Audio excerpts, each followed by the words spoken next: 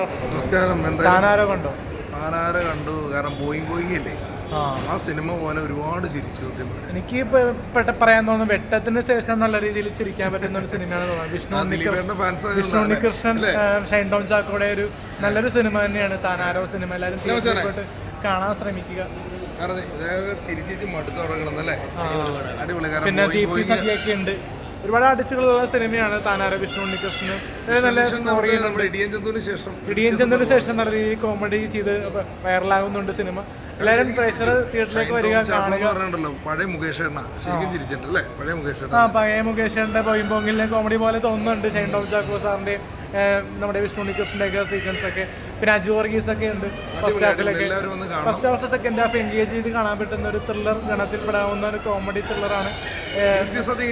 ദീപ്തി സദ്യയൊക്കെ വൈറലാണ്, സിനിമയിലും വൈറലാണ്, സോഷ്യൽ മീഡിയയിലും വൈറലാണ്. അപ്പോൾ അതുകൊണ്ട് തന്നെ നല്ല രീതിയിൽ കാണാൻ പറ്റുന്ന ഒരു സിനിമ തന്നെയാണ് താനാരോ. ഞാൻ അലിൻ ജോസ് പറയാം. Okay, thank you. നല്ല സിനിമയാണ് അഭിലാഷ്. അപ്പോൾ താനാരോ സിനിമയ്ക്ക് ഞാൻ കൊടുക്കുന്ന റേറ്റിംഗ് 5-4. ഓക്കെ.